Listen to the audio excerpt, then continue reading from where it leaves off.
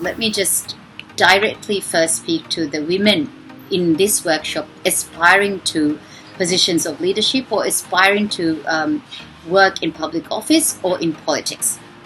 I know it's difficult. I've been there. I've been at the starting position. I know how difficult it is. You might face financial obstacles. You will face public shaming. You will face name calling. And very often, all this name calling, all these insults will be gender-based. You might lack family support. You're very likely to face political violence. In the case of Maldives, you might face even state-sponsored political violence. You might face legal persecution. You might and you're very likely to face backlash from religious extremists, depending on where you're from. And it might, I know in fact that it will feel like public office is an added responsibility. You cannot add on to the already existing responsibilities in the home and in your communities that you might already carry. You might have had tried before and not succeeded.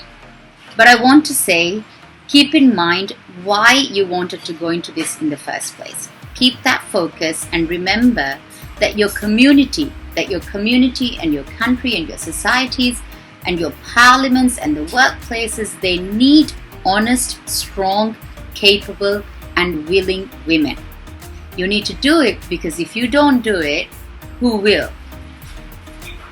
I want to discuss a little bit about how we can break barriers that we face. We all agree that we face many barriers. How can those of us in leadership positions, how can we help those aspiring?